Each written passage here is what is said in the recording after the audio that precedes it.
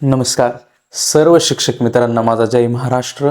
आपण पाहतात learn with तुषार हा यूट्यूब चॅनल, ज्याच्यामध्ये एक मोठा महासंग्राम आपल्याला या ठिकाणी पाहायला मिळतोय. महाराष्ट्राच्या शिक्षण पद्धतीमध्ये, शिक्षण क्षेत्रामध्ये खूप मोठी भरती आपल्याला बघायला मिळणार आहे. आतापर्यंत न झालेलं, न भूतो न भविष्यतो अशा प्रकारची भरती 2026च्या माध्यमातून आपल्याला होताना दिसणार आहे. आणि सर्वांसाठी हा सुवर्ण काळ किंवा सुवर्ण क्षण हा येणार आहे. कारण खूप मोठ्या प्रमाणामध्ये आपल्याला स्थानिक स्वराज्य संस्था असतील, त्याच्यानंतर जिल्हा परिषद संस्था असतील, त्याच्यानंतर महानगरपालिका असेल, नगरपालिका असेल, अनुदानित असतील, 100% अनुदानित असतील, अंशतः अनुदानित असतील, आणि त्याच्यानंतर खासगी अनुदानित 9वी 10वी 11वी 12वी अशा भरपूर संस्थांच्या आपल्याला त्या ठिकाणी जाहिराती येताना दिसणार आहेत. त्यामुळे प्रत्येकाने वेळेवरती आपल्याला अपडेट मिळत राहतील. आपण एवढी कठोर मेहनत केलेली आहे, टेट एक्झाम दिलेली आहे, टीईटी पास झालेलो आहोत, सीटीईटी पास झालेलो आहोत. जर एवढं सगळं आपल्याकडे शैक्षणिक पात्रता असेल आणि आपण काही गोष्टी जर चुकल्या तर नक्कीच आपण या फेरीतून बाद होऊ शकतो. त्यामुळे प्रत्येक शिक्षक मित्रांनो आपल्याला या भरतीमध्ये कायम राहायचे, आपल्याला भरतीमध्ये टिकून राहायचे आणि आपल्या आयुष्याची त्या ठिकाणी भाकरी मिळवायची. याच्यासाठी सगळ्यांचा लढा चाललेला आहे. त्याचसाठी आपल्याला पण या ठिकाणी लढायचं आहे. आणि या वर्षी मात्र आपल्याला त्या भरतीमध्ये कुठेतरी सहभागी होऊन त्या ठिकाणी आपल्याला नोकरी मिळवायची आहे. तर जे अपडेट आहे बघा, या आठवड्यामध्ये आपल्याला अपडेट मिळत आहे की पवित्र पोर्टलमध्ये आपल्याला असंख्य, म्हणजे आता याच्या अगोदर बघा कसे बोटावरती मोजण्यासारखी पदं आपल्याला येताना बघायला मिळायचे, पण आता प्रत्येक संस्थेला सांगितलेले त्यांनी त्यांच्या गोष्टी, जे काही बिंदू नामावले असतील, काही रोस्टर असेल ते कंप्लीट केलेलं आहे. आणि त्यांना एक टॅब ओपन करून देण्यात आलेला आहे की ज्या गोष्टी काही एडिट करायचे राहिलेले असतील, काही चुका असतील, काही करेक्शन्स असतील, तर त्या पुन्हा त्या ठिकाणी त्यांना टॅब ओपन करून देण्यात आलेला आहे, जेणेकरून ते काय करतील, त्याच्यामध्ये दुरुस्त करतील. आणि बऱ्याच संस्थांनी आपल्या जाहिराती, त्यांना जागा किती लागणार आहेत या त्या ठिकाणी पोर्टलवरती अपलोड केलेल्या आहेत. काही संस्थांनी पेपरच्या वृत्तपत्र माध्यमातून सुद्धा त्या ठिकाणी जाहिराती प्रसिद्ध करण्यात आलेल्या आहेत. तर आपण बघणार आहोत आतापर्यंत कशाची जाहिरात आलेली आहे, त्याच्यानंतर कोणकोणते डॉक्युमेंट्स लागणार आहेत, कोणकोणते डॉक्युमेंट्स आपल्याला रेडी करावे लागणार आहेत, याची माहिती आपण या व्हिडिओच्या माध्यमातून पाहणार आहोत. तर हा व्हिडिओ स्किप करू नका कृपया, खूप महत्त्वाचा व्हिडिओ आहे शिक्षक भरती 2026 साठी. तर चला बघा, एक GR आलेला होता आणि त्याच्यानंतर आपण पाहतो की एक भरतीची अपडेट आपल्याला बघायला मिळते. कोणती बघा, पवित्र प्रणालीद्वारे शिक्षक भरती जाहिरात, जी आपल्याला शिक्षक अभियोग्यता व बुद्धिमत्ता चाचणी आपण 2025 सगळ्या शिक्षक मित्रांनी आपल्या दिलेली असेल, आपण त्याच्यामध्ये आहे. मग बघा, ते जे मान्य झालेला दिनांक होता, जी जाहिरात असेल त्याचा दिनांक होता 9 जुलै 2026 आणि ती प्रसिद्ध झालेलाचा जो दिनांक आहे बघा, इथं आपल्या पुढे दिसतोय 24/7/2026 रोजी ती जाहिरात त्या ठिकाणी प्रसिद्ध झालेली आहे. बघा, संस्थेचे नाव पण दिलेले आहे, त्यांचा UIS क्रमांक आहे. संस्थेचं नाव आपल्याला काय बघायला मिळतंय बघा, आदिवासी Gramin Vikas Sanstha Korkheda, secondary higher secondary with interview. म्हणजे आपण बोलतो माध्यमिक आणि उच्च माध्यमिक विथ इंटरव्ह्यू, म्हणजे मुलाखतीसह. आता आपल्याला माहिती आहे की मुलाखतीचा जो काही रेशिओ आहे तो त्या ठिकाणी कमी केलेला आहे. अगोदर जसं 1:10 होते, आता आपल्याला 1:3 त्या ठिकाणी हा रेशिओ आहे. जसं संस्था आपल्याला 100 वगैरे निवडेल ते 50 आणि अशा भरपूर संस्था आहेत. पण सध्या तरी आपल्याला विथ इंटरव्ह्यू असं म्हणतो आपण, मुलाखतीसह जागा यायला सुरुवात झालेली आहे. मग जर त्यांचा शैक्षणिक स्तर जर आपण पाहिलं तर तो आहे माध्यमिक आणि उच्च माध्यमिक, आपण सेकंडरी आणि हायर सेकंडरी त्याला बोलतो. मग काय यांनी सांगितलेलं आहे बघा, आदिवासी ग्रामीण विकास शिक्षण संस्था कोरखेडा या शाळेच्या व्यवस्थापनामध्ये नमूद केलेल्या पदासाठी आवश्यक व व्यावसायिक अर्हता धारण करत असलेल्या पवित्र प्रणालीमध्ये नोंदणी केलेल्या उमेदवारांकडून अर्ज मागवण्यात येत आहे. सगळ्यात महत्त्वाचा विषय आहे की ज्यांनी नोंदणी केलेली आहे, टेट 2025 ची ज्यांनी एक्झाम दिलेली बघा, 14 महिने उलटून गेलेले होते.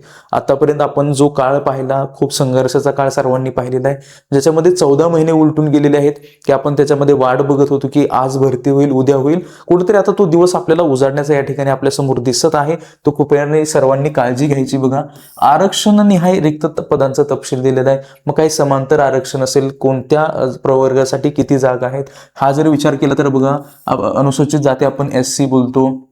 असं आडवा जर बघितलं तर त्याच्यामध्ये बघा, महिला आहे, माजी सैनिक आहे, त्याच्यानंतर अंशकालीन आहे, प्रकल्पग्रस्त आहे, भूकंपग्रस्त आहे, खेळाडू आहेत, आणि काही समांतर आरक्षण असेल ते असेल.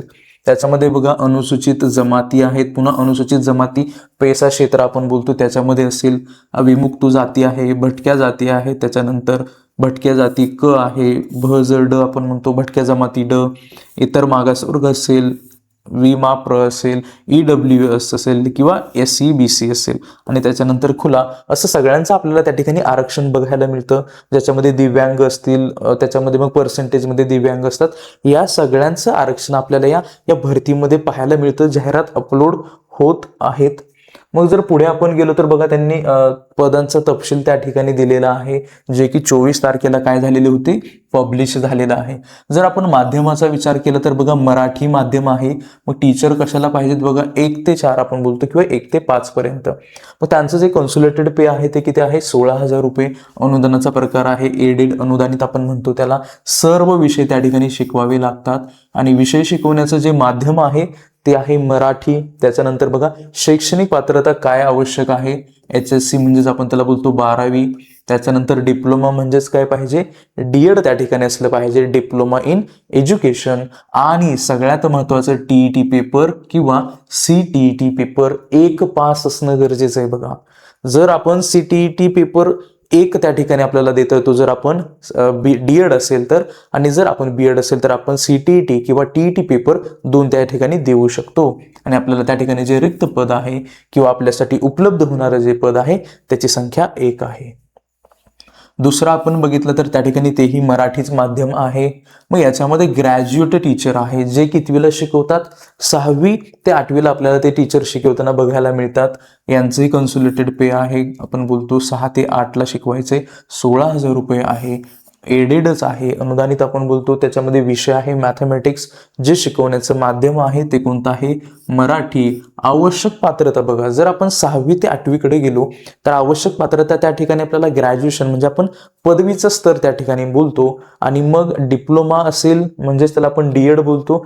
पण मग या ठिकाणी जर आपण आलो तर TET पेपर 2 पास पाहिजे. मग कोणत्या विषयामधून, मॅथ्स आणि सायन्स.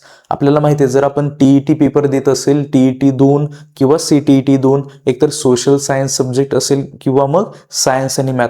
आपला सब्जेक्ट समजा फॉर एक्झाम्पल माझा बायोलॉजी सब्जेक्ट असेल तर मी त्या कोणत्या माध्यमातून देणार, मॅथ्स आणि सायन्स. याच्यामधून आपल्याला CTET पेपर 2 क्वालिफाय करावा लागतो किंवा TET पेपर 2 त्या माध्यमातून आपल्याला क्वालिफाय करावा लागतो, तरच आपण त्या जागेसाठी उपलब्ध होणार आहे अथवा होणार नाही. आणि त्यासाठी आपल्याला 1 जागा रिक्त असलेली बघायला मिळते. तिसरा जर विचार केला तर माध्यम मराठीच आहे, फक्त आता इथं बदल झालेला आहे. ग्रॅज्युएट टीचर 9वी आणि 10वी साठी त्यांचं जर आपण कन्सोलिडेटेड पे पाहिलं तर ते किती आहे, 18,000 रुपये. एडेड म्हणजेच अनुदानित आहे, विषय आहे मॅथमॅटिक्स. आपल्याला जे शिकवण्याचं माध्यम आहे ते आहे मराठीमधून. व्यावसायिक पात्रता तर ग्रॅज्युएशन आहे, शैक्षणिक पात्रता ग्रॅज्युएशन. आता आवश्यक जी व्यावसायिक पात्रता बोललं जातं ग्रॅज्युएशन म्हणजेच पदवीचं स्तर, मग त्याला आपण बोलतो BED, बॅचलर इन एज्युकेशन, हे त्या ठिकाणी असणं गरजेचं आहे. मग BA BED असेल किंवा MA BED असेल, BSc BED असेल, MSc BED असेल तर ते कॅन्डिडेट, ते जे काही शिक्षक मित्र असतील ते त्या ठिकाणी उपलब्ध होणार आहेत. ओके. आणि याच्यासाठी जे जागा आहेत ते आपल्याला 2 जागा असलेल्या बघायला मिळतात.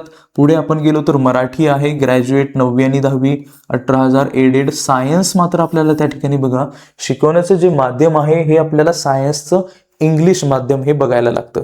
आता बघा, आता काही थोडासा बदल केलेला आहे की शिकवण्याचं माध्यम, ज्याच्यामुळे काय होणार आहे बघा, काहींचं माध्यम मराठी असेल 10वी पर्यंत, त्याच्यानंतर 12वी HSC इंग्लिशमधून असेल, काहींचं 10वी पर्यंत इंग्रजीमधून असेल, काहींचं BED इंग्रजीमधून असेल, DED इंग्लिशमधून असेल. तर आता हे त्या कॅन्डिडेट वाईज व्हॅरी होणार आहे की कोणासाठी किती जागा उपलब्ध होणार आहेत. ओके. त्याच्यानंतर आपण पाहिलं तर ग्रॅज्युएशन असणार आहे आणि BED म्हणजेच BA BED, BSc BED त्या ठिकाणी. आणि आपल्याला आता यांच्यासाठी बघा, TET किंवा CTET आपल्याला लागत नाही. मे बी इन फ्युचर आपल्याला ते लागू करू शकतात. त्यामुळे ज्यांचं BA BED असेल, BSc BED असेल, MA BED असेल, MSc BED असेल, म्हणजे ते जर लागू होतात कुठून, मग 9वी ते 12वी साठी. त्यामुळे इन फ्युचर भविष्यामध्ये त्याही ठिकाणी TET किंवा CTET लागू होण्याची शक्यता आहे, हे आपल्याला लक्षामध्ये ठेवायचं आहे. आणि म्हणून याला CTET किंवा TET लागवत नाही. ओके, हे लक्षात ठेवायचं आपल्याला. 1ली ते 8वी पर्यंत TET किंवा CTET हे कंपल्सरी आहे, हे आवश्यक आहे असं आपण म्हणूया. आणि मग जर आपण विचार केला तर त्याच्यासाठी जागा किती आहेत बघा, 1 आहे. त्याच्यानंतर मराठी एडेड आहे, लँग्वेज मराठीच आहे. ग्रॅज्युएशन BA BED त्या ठिकाणी लागणार आहे. मराठी माध्यम 9वी 10वी कन्सोलिडेटेड रुपये 18,000. एडेड फिजिकल एज्युकेशन ज्याला आपण शारीरिक शिक्षण बोलतो, शिकवण्याचं माध्यम मराठी असेल. मग या ठिकाणी कोणते शिक्षक विद्यार्थी असणार आहेत, शिक्षक मित्र असणार आहेत, ज्यांचं BPED झालेलं असेल किंवा MPED झालेलं असेल तर त्यांनाही त्या ठिकाणी TET लागू होणार नाही. आणि यावर्षी मात्र आपल्याला बघा की काही जागा त्या ठिकाणी ॲडिशनल आपल्याला दिसणार आहेत कला आणि क्रीडा क्षेत्रातल्या. त्यामुळं यावर्षी आपण म्हणू शकतो की 2026 हे वर्ष कला आणि क्रीडा प्रेमी जे आहेत, जे शिक्षक मित्र असतील त्यांच्यासाठी खूप महत्त्वाचं हे वर्ष ठरणार आहे कला आणि क्रीडासाठी. त्यामुळे ते आता ते ठरेल की कट ऑफ किती लागतोय, बट नक्कीच हे वर्ष सुवर्ण क्षणांनी कोरलं जाईल. आणि जे पद रिक्त आहे ते किती पद आहेत, 1 पद आहे. मग काय बघा की काही सूचना दिलेल्या आहेत काय करायचं. अभियोग्यता बुद्धिमत्ता चाचणी 2025 आपण मध्यंतरी सेल्फ आपण फॉर्म बोलतो, जो फॉर्म भरलेला होता त्याला बोलतो स्वयंप्रमाणित केलेला आहे. त्याच्यानंतर जाहिरातीमध्ये आपण कंटिन्युअसली पोर्टलवरती काय अपडेट्स येतात का त्या पाहिल्या पाहिजेत. 1ली ते 5वी आणि 6वी ते 8वी गटातील पदांसाठी 2025 पूर्वी शिक्षक पात्रता परीक्षा उत्तीर्ण असणारे उमेदवारच अर्ज करू शकतील. म्हणजे जर त्या परीक्षेच्या नंतर जर समजा आता मी त्या परीक्षेच्या नंतर पात्र झालेलो असेल तर त्या विद्यार्थ्यांची किंवा त्या शिक्षकांना त्या ठिकाणी ग्राह्य धरलं जाणार नाही. ह्या सगळ्यात महत्त्वाच्या गोष्टी आहेत. त्यामुळे हे कुठेतरी आपल्याला लक्षात ठेवायचे. टेट देण्याच्या अगोदर जे पात्र असतील त्यांना मात्र या ठिकाणी ग्राह्य धरलं जाणार आहे. 6वी ते 8वीचा विषय जर आपण पाहिला, मग इतिहास असेल, इतिहास भूगोल आपण त्याला सामाजिक शास्त्र बोलतो, या विषयांसाठी जे उमेदवार आहेत बघा, या विषयांसाठी जे उमेदवार आहेत त्यांच्यासाठी काय होणार आहे, पात्रता परीक्षा सामाजिक शास्त्र विषय TET पेपर 2 उत्तीर्ण असणं आवश्यक आहे. म्हणजे सायन्स मॅथ असेल तर त्यांनी सायन्स मॅथमधून उत्तीर्ण होणं आवश्यक आहे. सामाजिक शास्त्र असेल तर त्या विषयातून उत्तीर्ण होणं त्या ठिकाणी आवश्यक आहे. त्यामुळे ते आपल्याला लक्षामध्ये घ्यायचं आहे. मग जर आपण पुढे गेलो तर बघा काय की 6वी ते 8वी गणित आणि विज्ञान उत्तीर्ण होणं आवश्यक आहे. म्हणजे खूप महत्त्वाचं, सगळ्यात महत्त्वाचं म्हणजे त्यांनी काय सांगितलेलं की TET पेपर तुम्ही कंपल्सरी त्या ठिकाणी पास असणं गरजेचं आहे 1ली ते 8वी. मग काहींसाठी पेपर पहिला असेल, काहींसाठी पेपर दुसरा असेल.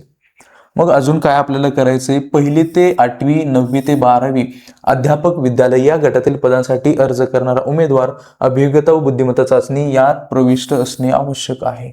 म्हणजे त्याच्यामध्ये ते एक्झाम दिलेली असणं गरजेचं आहे. टेटमध्ये ऑलरेडी नोंदणी झालेली असणं आवश्यक आहे. नव्याने नोंदणी करू शकणार नाही त्या ठिकाणी.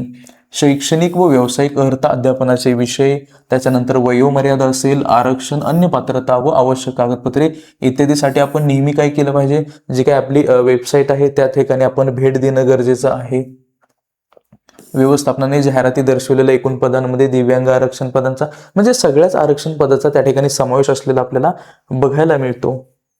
मग काहीतरी अजून दिलेलं बघा, जिल्हा परिषद शाळांमध्ये नव्याने नियुक्त होणाऱ्या शिक्षकांना शासन निर्णय शालेय शिक्षण विभाग 21/6/2023 मधील तरतुदीनुसार जिल्हा बदलीचा हक्क असणार नाही याची उमेदवारांनी नोंद घ्यावी.